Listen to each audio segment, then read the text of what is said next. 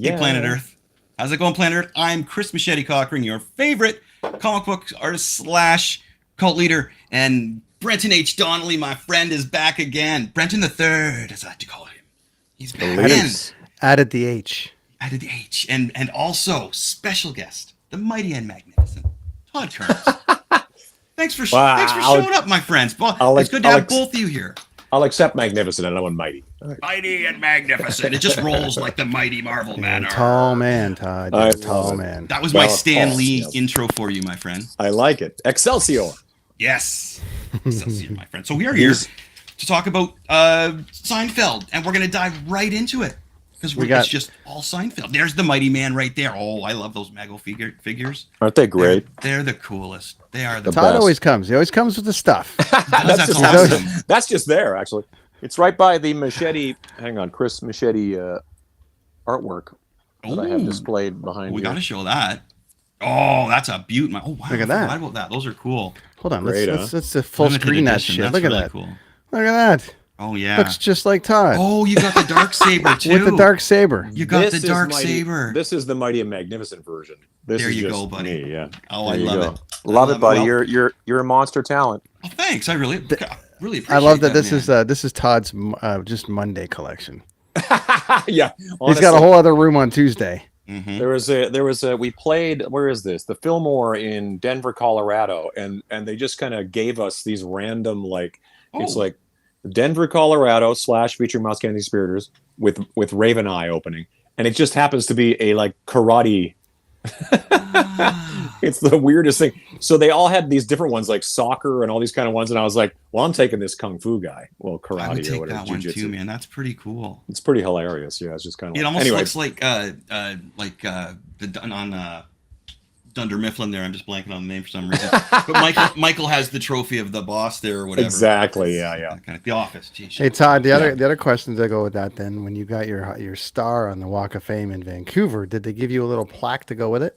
Ooh. They did. It's on the wall in the living room. But it's funny. I'm not really good about having that kind of stuff up, but my wife makes a point of it goes up and old albums and stuff like that. You should put the Kung Fu trophy beside it as well. I think so. I think I really should. There's a few of these. There's a few of these little things around. It's so funny that people give you stuff and you're like, oh, cool. I got a picture down there of my cousins playing against each other in the NHL. They're brothers, and they're playing. One's in New Jersey, and one's in. Hang on a second. Let me see if I can grab this. It's cool. My father sent it to me. It's like Carolina and New Jersey. It's the Brookbank brothers. He eventually won the cup with. He got a cup there. Chicago, yeah, when he went to Chicago. But this is an interesting moment that they were playing against each other. That my father was like, "Well, you have to have that." I go, well, "Yes, I do." Anyway, don't get me started on the junk in my room. It'll just be like, we'll be here all day. We call it junk. It's stuff. We call it Chicago, like Kelly Bundy around here, Todd. So if you can just refer to it as Chicago it's now. Good to have stuff, man. It's like the man says, you got to have a spot for your stuff, and you got to have stuff. Exactly. Yeah. You do. And tonight we're going to talk about we're going to talk about Seinfeld. It is created by Larry David and Jerry Seinfeld. Was on NBC from 1989 to 1998. It had 180 episodes and was based on 4 friends in the Upper West Side, Manhattan, New York. And the one thing that always hits me, my friends, is that there was not a bad season. Like there's the odd episode that's better than the other, but to myself, I don't think there was a bad season. What's your first impression when you guys hear Seinfeld? Oh, go ahead, Todd. You're the guest. I've got lots. But... Yeah, go ahead, Todd. My first impression. That's funny because I'm one of those guys. It's like liking Kiss or something where you're kind of like, yeah, there's years that were kind of wacky, but I followed it all the way through. And I have friends that kind of like now I think retroactively they say those years post Larry David I'm not a fan of, and I go at the time I don't think we really knew what that meant. The weight of what that is now. I still think there's some actually great stuff that happens after Larry left. I think that they really kind of started swinging from the fences a bit. So it's like The Simpsons. I feel like it's sort of finding itself for the first couple of seasons, and then it's just off to the races. In fact, I don't know if I really would be able to say where I feel like they really picked up steam. When you watch the earlier episodes, George is doing like a Woody Allen type Jason Alexander hadn't quite found that character yet. They didn't even have Elaine in the pilot. Right. No. That's So- one of the unknown facts that I have, or lesser known facts. Yeah. Man, that's a good one. Yeah.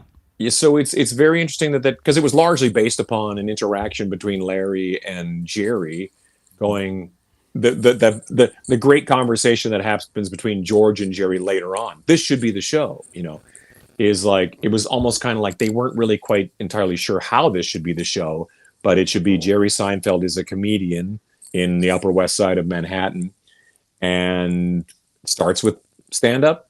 There's stand up that kind of pops up throughout it, and it's just sort of a day in the life of, a very absurd life, but a life nonetheless that eventually turns into, once they kind of got going and they figured it out, it was unstoppable for years. Yeah. I read an article where they were mentioning that they got deeper into the layers of the characters, but the characters themselves never evolved. Like George was always a scoundrel, kind of sneaky guy. Jerry was always the guy that was over clean. Like they never got better. Like how in a lot of sitcoms people evolve, sort of. They get a little better, and they just stayed the same. I think it's an interesting thing too. Sorry, we're gonna probably spend a lot of time on these different topics. Take your time, but I got as many or as little we want to talk about. Arrested Development has a similar thing to me that I think is interesting, where they took Jason Bateman's character as sort of this nucleus of like it's sort of like he's the normal person surrounded by insanity, and Jerry Seinfeld in his own series.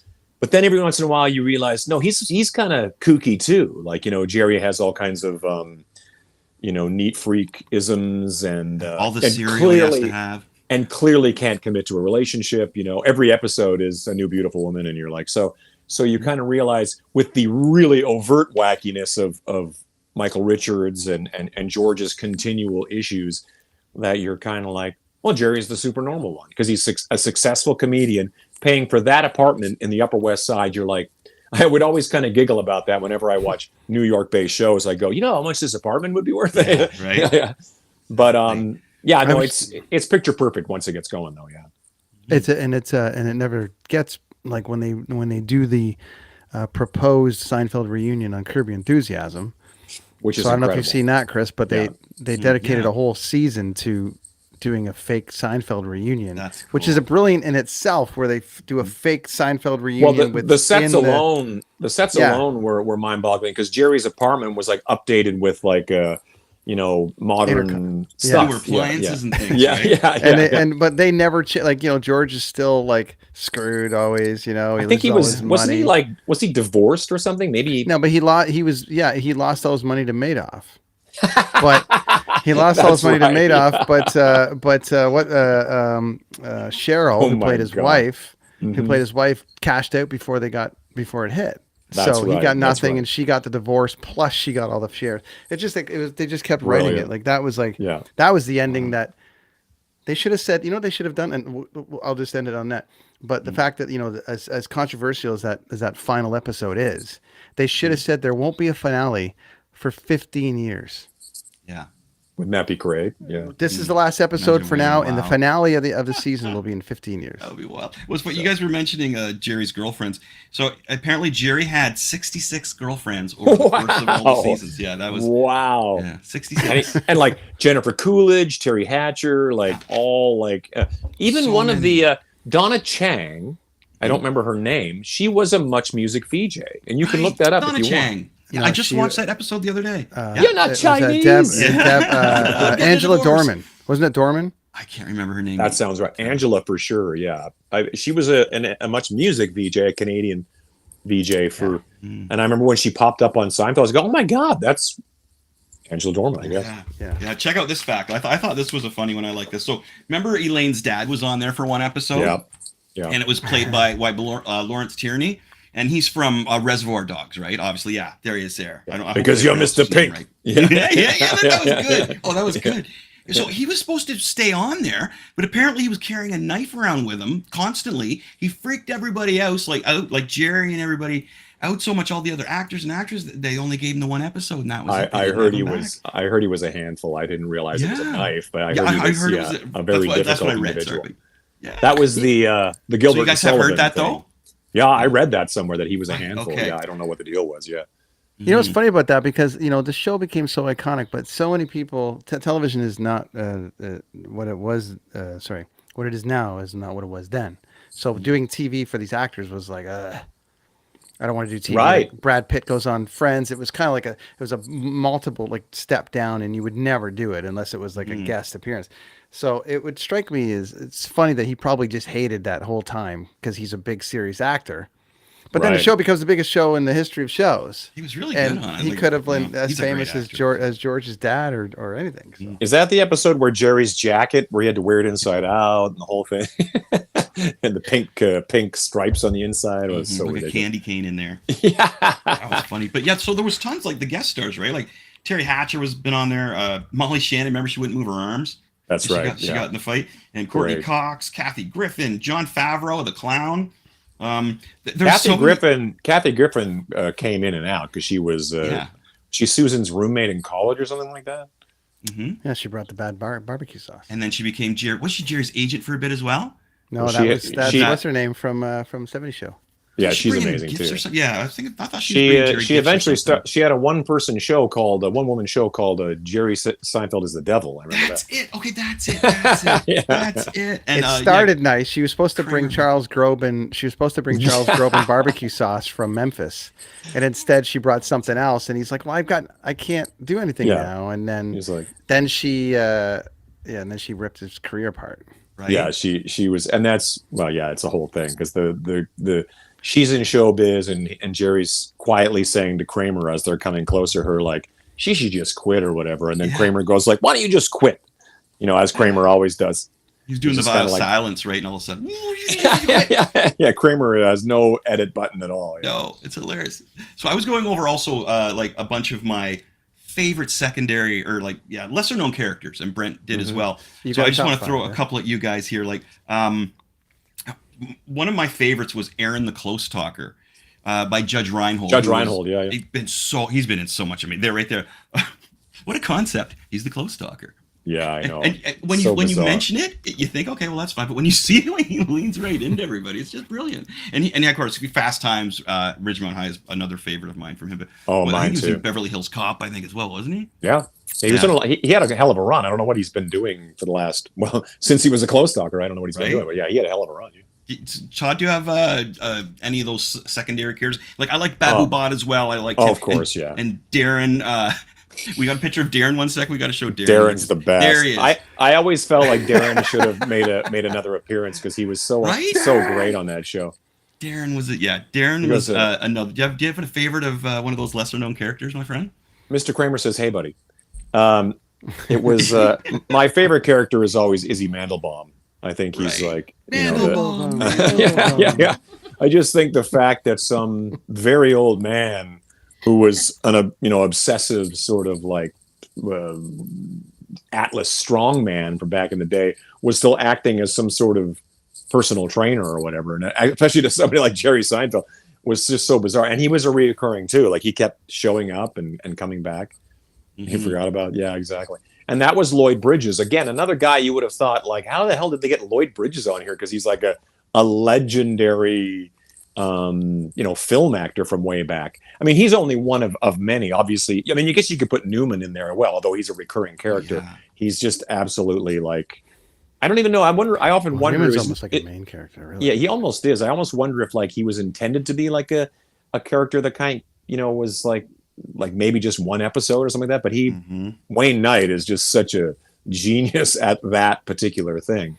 Well, you find that on that Lloyd Bridges thing, too, like it's like lightning in a bottle when they write something like that, because then it turns into like, oh geez, well now his son and then his dad, then his dad comes in, right? My boys. And they're all like, I can do old it. Men, yeah. And then he comes into the apartment, and that's when Newman and Kramer are making their own sausage. And he comes in, holy hell, and he goes, but he calls them slossages. Slossages. I guess that's what they used to call it back in the 30s or something. It's like, that's hilarious. Sausage. No wonder you're out of shape. I put out a solo album. Well, it'll be 20 years next year, and it was called Go Time. And I took that from Izzy Mandelbaum. He kept saying, "It's go time." And the song "It's Not You, It's Me" comes from that as well, which is taken from George Costanza, I suppose. which is an ancient expression, but I mean, like, but the fact that, George made a meal out of that one at one point. Yeah. You can't give me that. It's not you. It's me. If it's anybody, it's me. It's me. Yeah. All right, George, it's you. You're goddamn right. It is. Yeah, I love the way that his character. I never thought about the fact that they didn't involve their characters. And on top of that, you cannot forget Frank and Estelle Costanza. Oh, I mean, Jerry Stiller to me is, anytime he comes on screen, it's gold. Like, it's just, and apparently he was initially they were trying to get her to be loud, and George's dad was going to be kind of a quiet, like, okay, yeah. And then apparently during the early script reading stuff, Jerry Stiller would just kind of go off like Frank Costanza, and they were like, gold, do that, kind of thing. There's all that stuff. Hey, you want a piece of me? All that kind of stuff. You watch the outtakes, no one can keep it together whenever Jerry's doing his thing. Yeah. Del Boca Vista. He's like probably one of the, I would say he's the most underrated actor out of all the folks on that show. Because anytime he's on there, his screen time, however small it is gold. Like, if you think like Festivus for the rest of us, that's crazy. I wonder how much input, as you're saying, Todd, like, because he's been around forever, so he probably went off the script a bit, made everybody laugh. Oh, that's a good point. What percentage of that is him just going off? That's a good point, because you can tell by his movements. Mm-hmm. Because like when Kramer stops short on Estelle, but like Frank finds out and he comes in. Where's your friend Kramer? Like, hold on. He's like, where's your friend Kramer? Stand by. He's been your friend for a long time. You almost were bra salesmen together. But he's like, where's your friend? In a lot of ways, Kramer is closer with the Frank. He's even closer with Morty and he goes down and gets to the next apartment in Florida next to Jerry's parents. He's running around and he's like, where? But he's like, where? He stopped short. He stopped short, and then it's just like the way he did it, and so bizarre, the whole bit with the Korean cooking.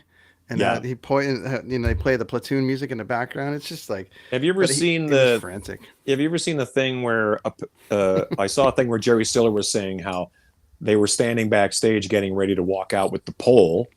Festivus is your heritage, George. And he said that Michael Richards said, you should drag that pole on the floor. It'll be funnier. So when you watch the scene, he comes in and he's like walks right to the table. And I just thought that is so funny how these things just kind of come together like that. It's incredible, yeah. Oh, he's great. Festivus was actually one of the writers on Seinfeld. It was a real thing. His father actually created something called Festivus. Wow, I was wondering. And he told the story to the and it's almost kind of a traumatized kind of story, like you're kind of like, my father. And it's the same idea. It was like he didn't believe in the commerciality of Christmas and decided to create his own holiday, or just some arbitrary holiday just to make a stance on it. And then, of course, Larry and Jerry are listening to this like, what? Mm-hmm. Boom, that's a script. We got to work on that right now. And it became, and it was called Festivus. I can't remember the writer's name, but it's a true story. Maybe Alec Berg, because Alec Berg was a writer that became a character. Mr. Berg. Alec Berg. That was a Berg. Yeah, a good John Houseman name. Yeah. Chris, you've got you've got 5. Yeah, I got 5. Yeah, my number 5 is Babu Bhatt, played by Brian George. I love that storyline. I just thought he was so funny. I love the way he shakes his finger. Very, very bad man. Yeah, there he is right there. Yeah, so that's Brian George. He's done tons of stuff, man. And number 4 was Darren, and that's played by Jared Paul. I don't know what else Jared's done, if he's done anything. He was great. And then number 3 is Aaron the Close Talker, which I thought was fantastic. Number 2 for me was the Soup Nazi, because I've seen it so many times now that it's kind of like, okay. But at the time, he's so funny. Number 1 for me was Joe Bookman. Oh, the best. Philip Burger. I thought Joe Bookman listen here, Seinfeld. Listen here, pal. Yeah. He had that like old, like gumshoe 40s, like, extra. private dick kind of thing. It was just so good. Yeah. He just nails that. Yeah. And that was off the top of my head. That was my favorite one that I could just think back of that. I really wanted, like, of all the extra characters, if I could watch any of the episodes, it would have been that Bookman one. I thought that was really fun. Totally. And he makes Jerry break.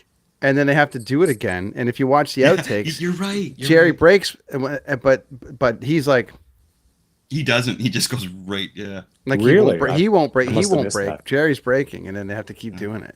That's funny. I always think that'd be so much fun. That's your job. Just don't laugh. Yeah. Remember your lines and don't laugh. That's your job. Yeah. I've got some lesser known. Well, you had a great angle though. Chris threw that text. Chris threw the text out there. Can I throw one more on my list? Tim Throw- Watley. Moving on. Oh yes, I've got him. To throw the dentist. Okay, you got Tim Watley. Yeah. I don't have him as I have him as a guest star, but we'll get into that. Okay, I want to hear your deep. We'll get into that. But okay, so my 5 that I've got as far as like lesser known characters that these are almost ones that we haven't seen. Bob Sacamano. Sure. Yeah. I mean, you could make a Bob Sacamano shirt and everyone's buying it because they're like, everybody knows who that is. That's my friend. Because there's 2 things. There's like the Bob Sacamano everything, and then when Jerry and Kramer switch apartments, my friend Bob Sacamano, he sells hats down at the thing. He says, the difference is negligible. Yeah. Lomez, of course, as you said, Lomez. Cousin Jeffrey. Sure. Yeah. You never see Cousin Jeffrey. Never see Cousin Jeffrey. That's Uncle Leo is another great one. But Uncle Leo's son is Cousin Jeffrey. Yes. The Drake. The Drake. Sure. Yeah. Hate the Drake. Loved him for the Super Bowl. Hate him for the Drake. And Ruth Cotton. Oh, sure. Yeah. She was the that was really her name, Ruth. It was really her name. Good one, Todd. Yeah. She was the receptionist at Monk's Tavern. She was the which I have to show you fellas, just for the hell of it here. Wasn't she just hired as like an extra and just became kind of like she was always there? So they just kind of. I have to show you where I was just the other day. I gotta show you. What? You were at Monk's? I was. No way, Tom's Restaurant. I've always wanted to go there. Where in Manhattan is that? It's way far away, Todd. That's probably why I haven't. Because every time I go, I Google or I'll GPS where I'm at, and then I just kind of. But I did it. I had to do it. I was there. And I was like, I went from I was there on just a couple weeks ago on September 11th. I'm like, I'm going to go from the somber to the great, and I literally took an Uber all the way up. It's way up, way up, but it's when you go in. It's they filmed when they filmed the Seinfeld reunion bit, and when they did the Super Bowl commercial with Newman coming in, they filmed it there. Yeah. So it doesn't quite look the same. No. But you also get if this was the place, then they've done. I took the booth. I said to him, "Where's the booth?" He's like, "That's kind of the booth." I'm like, "I'm going there." So I went to the booth, and I looked for a big salad, and I looked for tuna on toast, and they didn't have either one of them. But I had what I deemed probably the best clubhouse I've ever had, but it probably wasn't. But at that time, it was. But I was these are sweatshop eggs. So that was just last week. I just went up last week. So there you go. That's amazing. I've always wanted. You're like one of the only ones that I know that's actually taken the plunge on that because I've always wanted to go. And Me too. I've actually saved in my phone. I have Jerry Seinfeld's address, which I don't even know if it's a real place. But L.A. Oh, that's awesome. It's L.A. But the building is in L.A. But in the thing, it says 182 West 2nd or whatever the hell it is. I can't remember what it is now. Apparently, it doesn't exist. I'm sure it's just a building or something. The shot that you see of Jerry's is in L.A. And you can go see it. Okay. It's actually a location. Yeah, they always go up the building and they'll show the window. Well, next time we go to New York, we should go on the Kramer reality tour or whatever. Oh man, yeah, right. That's a thing too. Oh, also Mr. Peterman. He's also an amazing. Oh, Peterman was great. You know who I forgot? Mr. Pitt, because I was just watching that too, and it's just classic. So these socks, Mr. Pitt, and when he had the whole the Nazi or the Hitler thing going on with the mustache and the ink, and he was staring at that very '90s digital painting where you could see something within the painting. That was a phase for a minute. Yeah, brilliant. And then so it's funny looking at all the characters who, if you would have went back in the day, and they're back when they're last season, we're looking at the end of Seinfeld. And you would have said, okay, pick an actor who you think is going to succeed or do the best out of them. I would have personally thought Kramer. I can't. What's his real name? Michael Richards. Michael Richards. I was going to call him Michael Douglas. Michael Richards. I would have pinned him as being the one that succeeded the most. But it's the exact opposite, right? He hasn't done anything. It's amazing. It's amazing that Julia has. I remember Julia on SNL when I was a kid. Oh yeah, right. She was Christmas Vacation movie, and her husband, Brad Hall. He was the update guy at the time. This is in the quiet years of SNL. So when she went on to do other stuff, I go, "Hey, that's Julia Louis-Dreyfus from SNL." And when she landed in Seinfeld, it was already "Oh, she's great. This girl's great." And but the fact that she's gone on to do VIP and she's in the MCU now, you're in the MCU. You're damn, dude. Christmas Vacation. Christmas Vacation, of course. Yeah. We see her every Christmas in that. Yeah. We do. Yeah. Yeah. Like she really did well. And Jerry, I guess because Jerry didn't really need to. And I think he kind of was sick of Jerry doesn't need to do anything. Right? He's always at Caesars or something like that. He comes to Vegas and does his thing. And, I think Jerry does whatever Jerry wants to do, You got it, buddy. Yeah. And then George does tons caffeine, of things. He does coffee in cars and things like that, whatever he wants to do. Yeah. He has a friend or a celebrity in a car and he goes for a drive and has coffee, right? Yeah, but that's even funny too. Because that started a whole genre. Did that do well? I wasn't sure. Did that do well? Huge. Okay. Did great. Cool. Yeah. Huge. Like Netflix, it started on YouTube and then it went to Netflix. And so Jerry hasn't done much after, but everything he did hit apparently. Yeah. Not everything. I can't see his. No, not everything. What did he do? No, remember he did that game show with the other stand-up comedian. He did a game show with a stand-up comedian. I don't remember that they sat around and talked about some stuff. That got away from me. And it failed. He did the B movie. Do you remember the B movie that came out? Yeah. Oh yes, I do remember the B movie. Yeah, that was funny. I like that. He did a good job on that. He was involved like production and whatever, something with that. Yeah. And then George, of course, has been guesting in everything and anything. You know what I mean? Like Jason Alexander, I do believe has sort of still gone and done theater stuff because that's kind of where he came from. Yeah, you're right. Exactly. He's in the producers. And when he was on Young Sheldon, he was the theater teacher. He was doing the dancing. There you go. And then Young Sheldon, man, that kid who plays Young Sheldon, wow, he's talented, man. Yeah, of course. Singing and dancing, and it was like, where did that kid go? Yeah, because he thought he was going to be. He thought he would get away from science, and he thought the dumbest thing he could do was try singing and dancing and Broadway kind of stuff, right? so George Costanza was the teacher and took him under his wing, and George is like, "You're brilliant, of course, right?" Wow, that's amazing. Yeah. So George has done a lot too, but Kramer, man. So do you guys think it was when he did his racial slurs at that stand-up routine that and nobody gave him a second and chance? This is pre-real cancel culture. There was sort of like the tipping block, the tipping point of that kind of stuff. So if it had happened today, it'd be 100 times worse. But I think Michael, without any sort of like, it was tough. It was tough for guys like me who are like such support. Again, Michael's one of those guys from Fridays and a bunch of shows. He'd been in like UHF with Weird Al Yankovic. He's one of those guys that I've always thought, this guy's great. He's hilarious. So when he ended up being on Seinfeld, you were like, oh, that's the guy from Fridays and all that. And then, and for him to, to drop the ball so publicly was just so heartbreaking.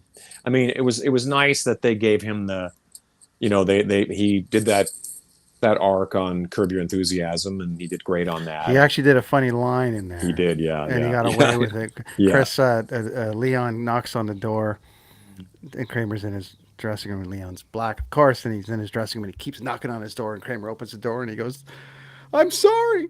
And he closes the door. That's all you need to do. He apologized. And so he got away with one there. It's rough. And Jerry did give him a shot on Letterman. No, but in Comedians in Cars, he actually brought on Comedians in Cars, and they had right after he went on Letterman, man, and he was like, it was the apology tour. Yeah, you had, and I didn't know whether to laugh at him or not. They were all hesitant, and well, Jerry was doing his best to, the Seinfeld. We're talking about the series. Mm-hmm. Jerry's doing whatever he can to protect his, this 10-year, 9-year investment that he made on a show that's, now it's his bread and butter. It's a lot of bread and a lot of butter, frankly. And it's, I think that he did his best to kind of, man, how did this happen? I don't know what the stakes are for people like Julia and Jason and Michael at if they're still seeing checks. They have to be residual checks of some description, because that show went on for 9 seasons. Yeah. Something like that. A long time. Yeah. But, in classic Jerry fashion, he ended Comedians in Cars after like 3 seasons. He's like, yeah, that's good. It's like, well, I want more. You leave him wanting more, right? Yeah. And now there's something in something doing something all the time. Mm-hmm. Like the Did producers. you guys ever watch any producers of in boats? Kramer's newer shows that he had? No, they all failed. I don't even remember. He was in a private investigator show. Yes. Yeah. Remember, he did like something PI. It was like kind of like a Barney Miller vibe, but it fit. I can't even remember him being in like a show that was like, oh, that was a good show. I wish it would have went on. You know what I mean? But a funny one here is that I didn't realize, and I found this all over the internet, is that Jackie Childs, they were seriously working on a spinoff for him. Oh wow, Jackie Yeah. Childs is another winner of a reoccurring character who's just every time is a slam dunk. That guy, Philip, he's in a lot of shows. He'll pop up and I'll be like, why do I know this guy? And I'll be like watching, and I'll be like, because he doesn't have a mustache or glasses on, and you're like, that's Jackie Childs. Yeah. And he does, he'll do I saw on Cameo, he will do actual cameos as Jackie Childs, which I think is awesome. Almost worth the $100 or whatever it costs to get done. But yeah, no, he's incredible on there. Basically what's his name? What's the lawyer he's doing an impression of? Cochran. What's it? Johnny Cochran. Johnny Cochran. Yeah. Johnny Cochran. Yeah.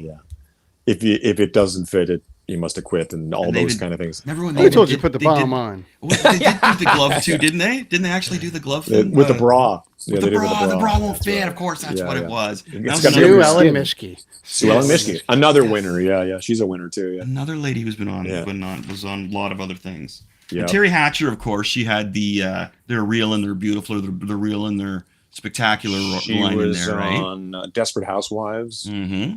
And also in DC fame, she was Lois for a while there, right? Lois, Superman and Lois, or was it Smallville? Lois and Clark? It was called, yeah. So and then I was going to say, go ahead. No, Molly Shannon. And Molly Shannon was another one of my favorites, just because it was such an awkward. I thought she worked really well with Julia Louis-Dreyfus. They weren't in Saturday Night Live the same time, were they? No, Molly was later on. A little later on, right? Yeah. I love that. The girlfriend. That also had Raquel Welch on that one. Yeah, it did. Yeah. And what was her? She was something with her arms too, wasn't it? She wouldn't move her arms when she danced. So that was when Kramer was a seat filler at the Tonys, and just kind of suddenly. You're not going to bring me down. I watched the sun come up at Liza's. And then George goes, Manelli? No. He doesn't back it up with anything. He just says no. No. Yeah. Which is the best delivery ever.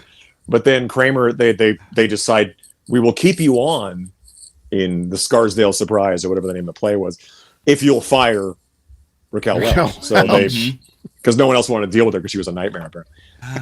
Which I'm sure she's probably a perfectly lovely lady. There's a whole list of celebs. The Bette Midler. You have and people that kind of were unknown at the time that became hugely famous. Chris, you have Wilford Brimley. Remember when Wilford Brimley was in there working amazing. For the post office? That was one of the greatest. So serious, and Kramer's almost in tears. Yeah. I'm pretty doggone serious about it. Yeah. I love it. You know how old Wilford Brimley was at that time? No. Like in his 50s? Yeah, like just. No. Yeah. So in Cocoon, he was like the same age as we are. Like he was younger. He was 52. I've done the math Cocoon. on that. Oh my in Cocoon, he was 52. Cocoon. Yeah. So guy's 12 years old and he's buying beer, right? Yeah. Well, he definitely probably leaned into the kind of like, okay, well, this is who I am. Yeah, I'll play this older cat. Yeah. But no, he was incredible on that, and he's only in the episode for like 2 minutes or something like that, and it just crushes. Yeah. You find that though, right? Like they get any star that they had in there. Their screen time was just used perfectly. Like they weren't in there too much. Remember, Courtney Cox was in there as well, and she became huge after that, going to Friends. That was pre-Friends, though. So yeah, she would have been. She probably would have been. She probably would have been the girl from the Springsteen video at that just time. Just gonna say she was dancing in the dark, just right. Exactly. And she stayed in there. She was. I thought she had Arc anyway. I believe that was in there. She was Jerry's wife. She pretended to be his wife for free dry cleaning.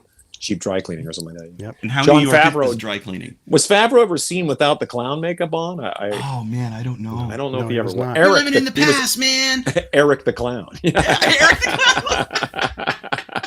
He never heard of Bozo. He'd never heard of Bozo. You were talking about that's great. I love that. But again, so he's not in, and he wasn't huge at that time either. No, just the screen time of him in there. You're living in the past, man. Yeah, he crushes a clown that nobody knows about. It's just gold, right? Gold, Jerry. That's also is that the one where George like steamrolled everybody to get out of the fire or whatever? Yeah. And I think he took a bite out of an eclair to the garbage. Yeah, because that was the last straw. Because she gave him another chance because he bit the eclair out of the garbage. That's right. And then he steamrolled a bunch of children to get out of a fire in an apartment. Yeah, that was awesome. What an asshole! The best thing about George is just witnessing that kind of stuff and going like, he never really, like you said, Brent said, is like he never really redeems himself in any fashion. He's that person. He's meant to be that person 15 years later in the Curb Your Enthusiasm reunion. So yeah, it's like perfect. Yeah. George He is had just the that great. guy. He had the. He had a bit of a run there where he was working with the Yankees, and everyone was like, "Go!" But it was funny. Then they bring Susan in, which brings the whole thing down. Like, Yeah, Right. but didn't the you New find York Yankees, the New York. He's going. Jerry's like, Yeah. I don't know how they're going to win anything over there, but let's go celebrate. Yeah. You want to go to the coffee shop? And that's what Yeah, they do. yeah. But then Susan comes in and brings the whole thing down. Yeah, it's kind of like he's got these great things going on, but then there's that whole conflict of like, of his impending wedding coming up that he just cannot get his head. Yeah, he cannot get his head around, and that whole thing. But even though he was working for the Yankees, he wasn't doing a particularly great job from what we kind of witnessed anyway. Leaving his car there just so it looked like he was staying at work, right? Exactly. Yeah. And apparently Susan as well. The reason they wrote her off the show is because they felt that there was no dynamic with her with any of the characters. They couldn't find anything to do with her. She didn't gel well with any of them, so they killed her off. Heidi Sweetberg, see ya. And that was it for her. Larry David said his mom was like mortified when she saw that episode. He was like, yeah, she's not a real person, mom. It's like, Right. yeah. And I watched a small, in research, I watched like this 10-minute documentary on, they experimented if that could actually happen, if somebody could actually die from envelope poisoning, and somebody could if the envelopes were that old. And the funny thing is the way they break down how it happens is exactly how Susan reacted. First they get a little queasy and then they gag a bit, and then they will just get so dizzy that they'll fall down. So they showed the 3 stages that you would get from, actually, I don't know if they researched it or they got lucky, but that was really Can you cool, imagine right? writing a death? They're like, we need to write somebody off. How are we going to do it? Well, it has to be George that kills her through his cheapness. And how would that be? By buying cheap envelopes. Yeah. Like, how do you get there? Can you imagine being in that writing room? Like, how do you get so there? Bizarre. Yeah. Mhm. It's so dark, and it's kind of like the nature of any show when a character sort of gets into a relationship, you kind of want them, the whole idea of them splitting up or whatever, so you can get back to the shenanigans of him. And it's just like such a dark, they could have easily just split up. But the fact that he'd already, Kramer burned down her parents' With his cabin, cigars, right? all that, it's like so many gnarly things. And then they remained like in the story too, even after Susan was dead. Right, they would suddenly show up again and be like, let's also add a little twist to this mix, is that he had the secret letters to his male lover. that's right. The letters, and that just keeps, like, which is fine. But they just not that there's anything wrong with that, right? Not there's anything wrong with it, exactly. But they his mom, like Susan's mom, just carries on. They just carry on, like, okay. They rebuilt the cabin. Her parents were both from Twin Peaks too, which is very interesting. Yeah, funny. I don't know if there was a connection on that, but it's always been one of those things as a Twin Peaks fan as well that we've always paid attention to. And one of the movies on Jerry's, in the background, you always see those VHS tapes. One of them is the Twin Peaks Fire Walk with Me, I think, whatever the movie was called, the 80s movie. Yeah. So it's always been like this weird sort of like conversation of like, did the guys in Seinfeld have some sort of like, interest in the show, and maybe they cast those people. I mean, you see the mom. I've seen the mom. I can't remember the actress's name, but Susan's mom I see in so many things. Yeah. I saw her in something recently. What did I see her in? I can't remember. It was something really good. King of Queens, she played, I think, Spence's mom in there as well. Oh, okay, wow. Well, I know she was on Ballers. Oddly enough, she just popped up on Ballers. I saw Dwayne Johnson. So I was also going to mention that, and Brent, you brought that up. What, they had to tackle, talking about being gay on the show. Brilliant. And right? Yeah. I think that would fly today if they did the episode like that. Not there's anything wrong. Yes, a person's sexual choice is their own opinion. Yeah, exactly. Yeah. Immediately they say that. It's almost like a little disclaimer that comes up. Well, it would fly, Chris, on certain sides of the now everyone back then was just like, would they air it? I guess they would air it, and then Twitter would lose its mind for half a day. But now it's like the idea of like I don't know, gay characters or anything. I mean, even back then we were already dealing. Will and Grace was out. It was like starting to become really normal. Now it's totally normal. But I think that two super heterosexual kind of guys. Like I just recently watched the episode where George starts dating a girl that kind of looks like Jerry, and there's a whole awkward weirdness about like And they're both standing there, and Jerry goes, "I'm not gay." He goes, "Well, neither am I." It's a whole kind of like conversation. What about the massages? Yeah. Kramer or George got gets a massage, and they're like, "What happened? It moved. It moved exactly. Yeah. It's like, what? Chris, I want to tackle just celeb appearances. You touched on it a little bit. I have three that were unexpected but really cool, like Mel Torme. So he was but Mel Torme had done that and Night Court. And the only reason our generation would have any clue who Mel Torme is because of Harry and Seinfeld. Well, Mel has a street here in Vegas, just so you know. I'm just talking about like I know, yeah. There's Vegas, and you've got Robert Goulet, and you got all this stuff, and the Velvet Fog. But Velvet Fog, yeah. Having him on there was cool because I was like, hey, Bryan Cranston. I mean, geez. Of course, yeah. Brian in the middle already. Was he already like? When did Malcolm in the Middle? I think it was kind of around that point. Like I think it was around there, and then a giant break.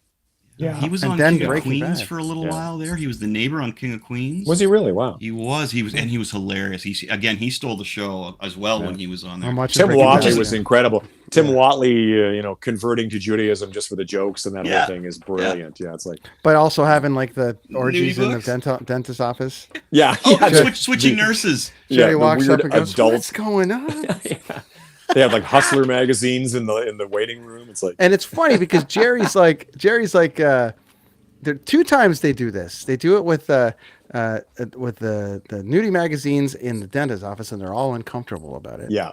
Which I find really hilarious because I don't know I'm not saying there isn't guys out there, but I don't know a single guy that wouldn't be like, "Hey, there's a penthouse there." And then on the other side, when George has got the Gore-Tex jacket.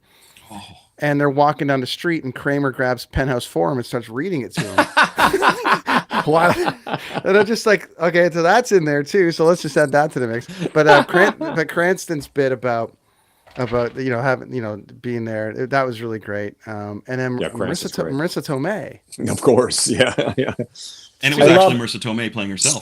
Speaking of Susan's dying, the tag at the end of that episode that closed that season was George talking to Marissa Tomei, saying like, so Sunday I have the funeral, but if you're not available, this guy's trying to hook up a coffee with Marissa Tomei. It's like so ridiculous. I love when George is telling Elaine and Jerry that she's dead. And he's like, she's just like, yep, she's gone.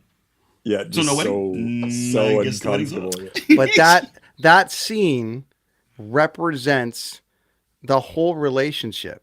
Because there's 4 or 5 other times in that show when just George and Elaine are alone and they don't know what to say to each other. Yeah. Right. Yeah. Or Kramer and Elaine, or like there's just this weird where they're like, we don't really like each other, which is a very funny thing because that's very common amongst people. Yeah, it's like the group is a thing, but as soon as you start splintering it off, it gets kind of weird. Although there are times where Kramer and Elaine, like when Kramer had to bring his meat slicer to Elaine's apartment to feed the cat or something like that. There are these weird times. Or when he's Dr. Van Nostrum, which of course is brilliant. Mm-hmm. And he shows up looking at the moles. He's always pretending to be this fake doctor that He does it in the Puerto Rican parade too, right? He does it also when when George's boss, when he starts working at Play Now or no, that was at Cougar whatever Industries, right? And there's a picture of George. It's a whole thing. George is in the photo of him and his family somehow. Look at this photo. Yeah. Anyway, so he shows up as Dr. Van Nostrum pretending to be. It was that episode because he's wearing his butcher's coat because if you buy enough meat, they'll give you anything. Is what he said. On a side note, on Kruger, he tried to kill himself a couple years ago, the actor, and he failed. He what? shot himself. Oh, what? And then Stern played it on the thing, and he's like, "Well, so he gets on 911, and they're like, "What's the problem?" And he's like, "I missed." Well, I missed, kind of. So that's why you haven't seen him. Like he missed. I don't know if he's still alive now, but at the time he did it, and that was like a whole. You're talking about controversies on the show, Chris. Yeah. That was one of them. He was hysterical. That whole funny, man. When he goes, during the Festivus thing where he gives him the George gives him the thing for the human fund or whatever it is, Yeah. a donation, and he goes, whatever, Yeah, he doesn't even care, right? He locks himself out of his office. He's like, well, I'm going home. He just kind of like, he's just had this like, did not give a shit about his job at all. Yeah. Have you guys heard this one? That Rosie O'Donnell was almost cast as Elaine? Yeah, because that was the one that I was looking through and found that I've never heard of that one. Interesting. Wow. I did not, but I did not hear that one. But the guy who tried out to play Kramer in the tryout episodes, right? Like when they were doing, like they were trying to cast the fake show, the guy that came in and took the raisins from George was actually originally cast as Kramer. Wow. So and you'll remember that guy as the cab driver from Planes, Trains, and Automobiles. Right. He's in a lot of stuff. He's in a lot of stuff. That actor, like, It's Doobie, is it much longer to the hotel? Do you remember the?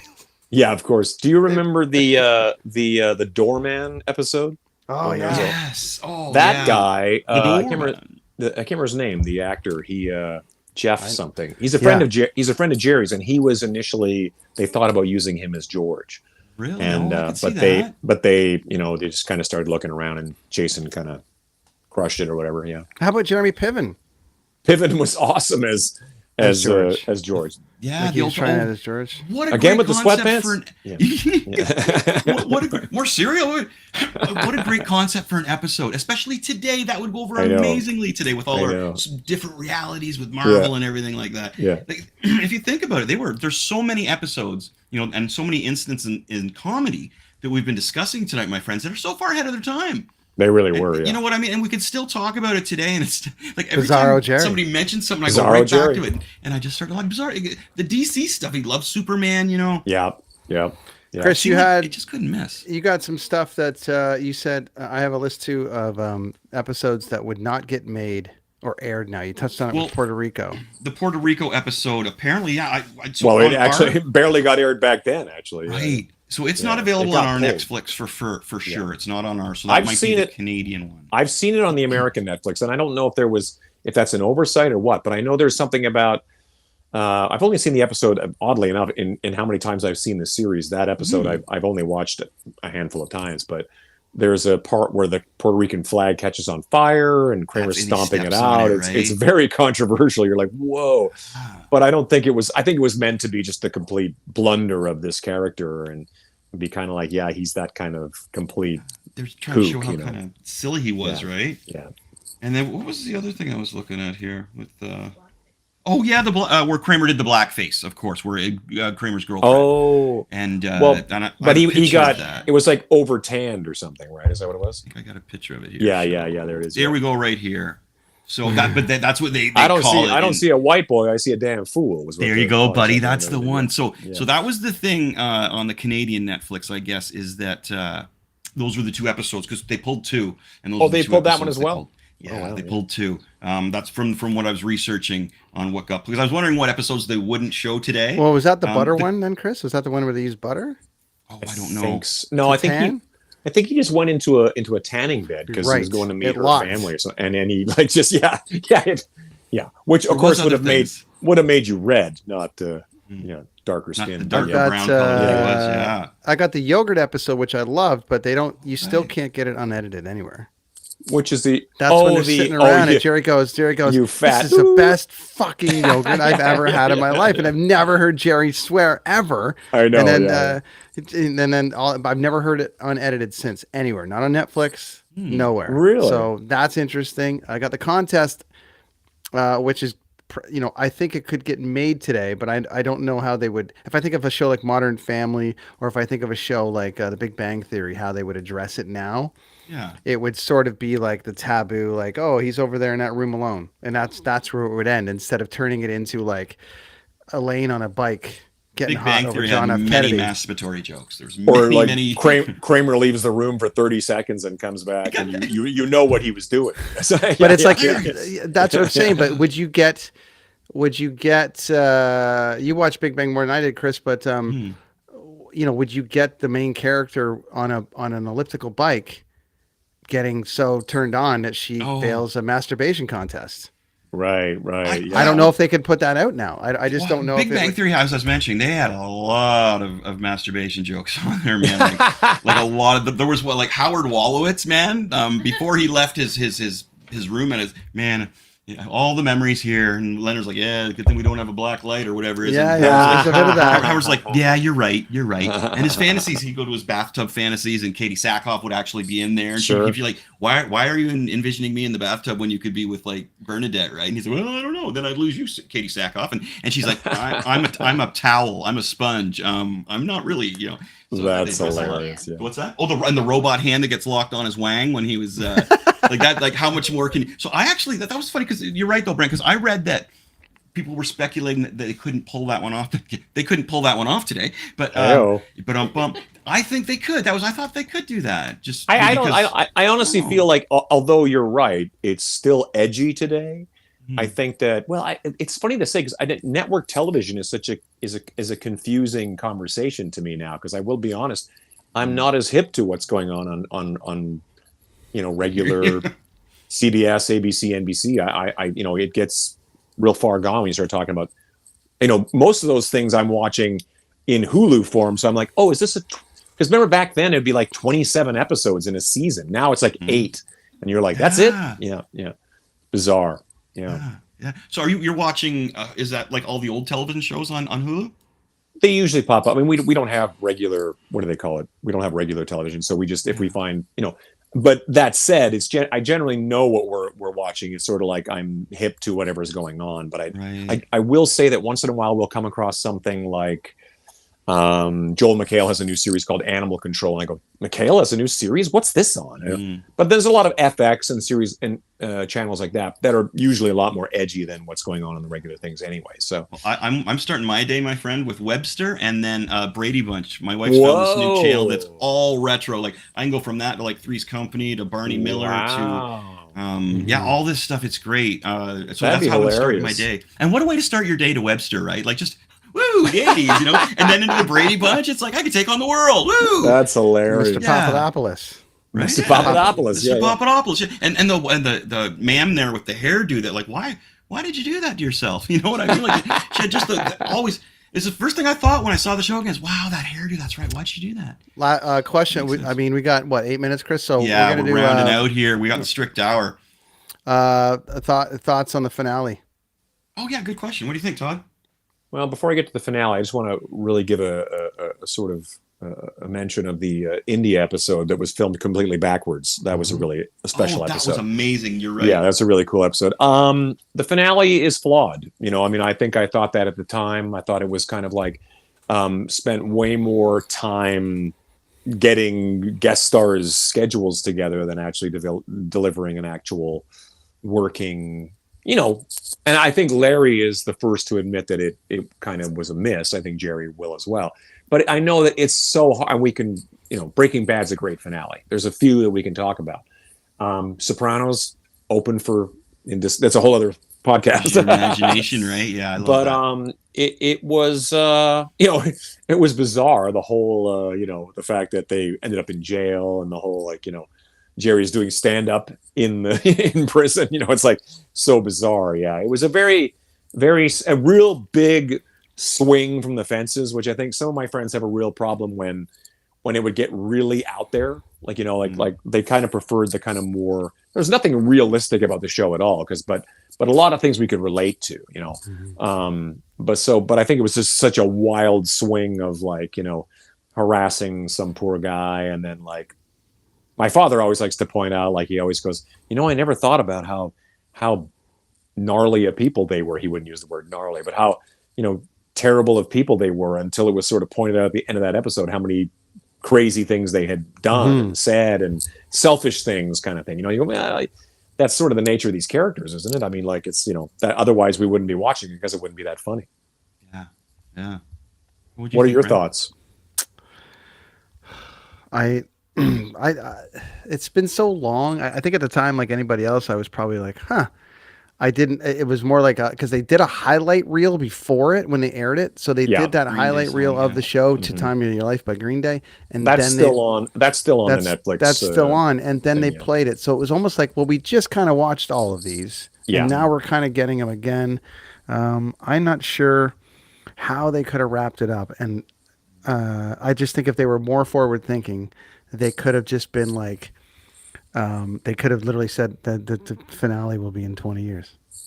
Like they could have did something. I thought that was. I think that's a really great there was idea. something more, really cool. way more satisfying about the Curb Your Enthusiasm take than it was. Oh my god, it was finale. amazing. Yeah. It was really. So I don't know. I mean, it doesn't hinder the show for me whatsoever. No, not at all. Some people go like at the end of Sopranos, they're like, I invested all this time, and it's like, you know, some people it directly affected that how one they. That one didn't bum me out. Like it was kind of like it was weird and open to like. So that we could all stand around the water cooler the next day and talk about that. But there's been so much since then, though, of talking about that show. So, Chris, how did you feel about it? It's just like it was okay. You know what I mean? Like it wasn't great. It wasn't the worst thing I've ever seen, but it didn't seem like the send off. No, in the back of my mind, I was thinking, okay, this isn't over. That's what I kept thinking. This isn't over. They're gonna wait their time in jail, and then they'll get out in jail and they'll start over again. They'll start at it again. But, I thought of it as a Motley Crue finale tour. You know, it'll come back.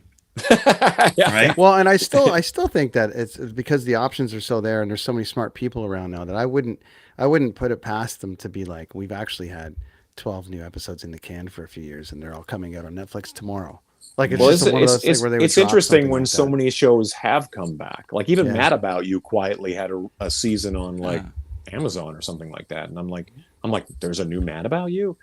And like Will and Grace, I think came back. I'm trying to think what else. Yeah, King of Queens. I don't need him. It tried to come back. King of Queens. Did they? Yeah. I didn't know that. Did they do a season or something? Or, yeah. What happened is they came back and they tried it without the wife Carrie, without Leah Remini, and then they brought Leah Remini in as a side character.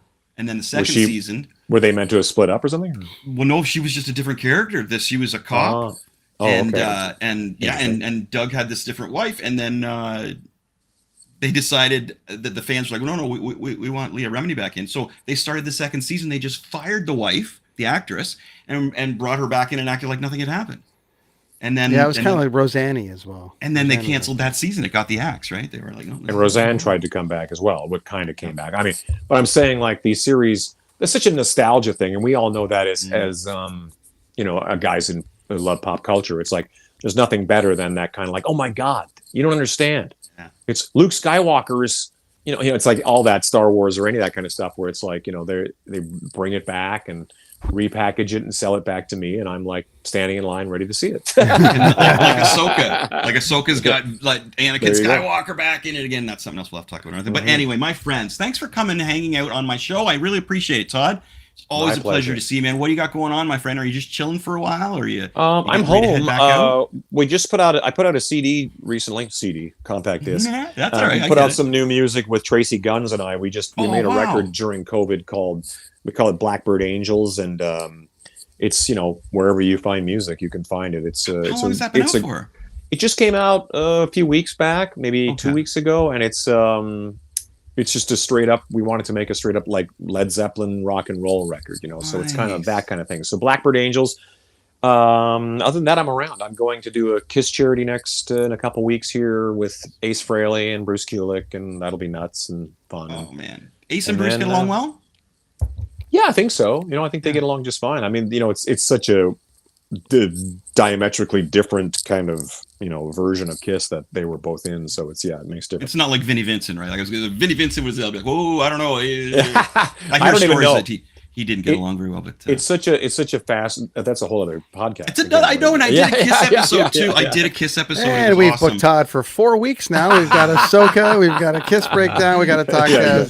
Exactly. I went through all the Kiss Sopranos. The Sopranos. We got a whole Sopranos one we got to do. Well, that's great. But I always love having you on the show. It's great to Thank you. I'm always have another human being on here, or alien, or whatever we are, that has the same wavelength as us. Right? I can talk to you and be myself. I love it, my friend. I love it. And Brent, again, it's good to have you back again. So this is what Brent's been doing. Where is Brent? He is. Oh, there he is. There. Oh, gone. Sorry, I'm a professional wrestler now. Oh, you're wow. Look at that. That's Brent, LA Knight from WWE Wrestling. So that's why I don't see him much anymore. Yeah. He's moonlighting here. Love it. As the newest, biggest thing in WWE. He's getting his protein. That's what he's doing. Todd, you recognize the hat, buddy? I do know. Is it actually? Oh, okay. At first glance, it looks like a Yankees hat. But no way. Yeah. Copenhagen, buddy. Yeah. That was 9 Inch Nails or something. No, anyway, my friends. Todd, Brent, thanks for hanging out and talking some Jerry Seinfeld. It's all been gold, my friends. Gold, baby, gold. Oh, Banya. Banya's I know. I want that suit. And I want to thank the Crier Media, of course, for just not censoring me and letting me talk. Well, I'm not like I need to be censored, but you know what I mean? I never get these emails saying, hey, Chris, you're talking about something there and you might want to just not do that anymore. I learn on my own here and I keep it, I stay in my lane. We keep it fun. Of course. We keep it simple, we want to make people smile around here. Peace and love, my friends. Take care of each other, especially these days, man. People need help, right? Totally. Todd, thanks for keeping rock and roll alive, my friend. My pleasure. And Brent, thanks for being you, my best buddy. Yeah. Yeah. No problem, eh?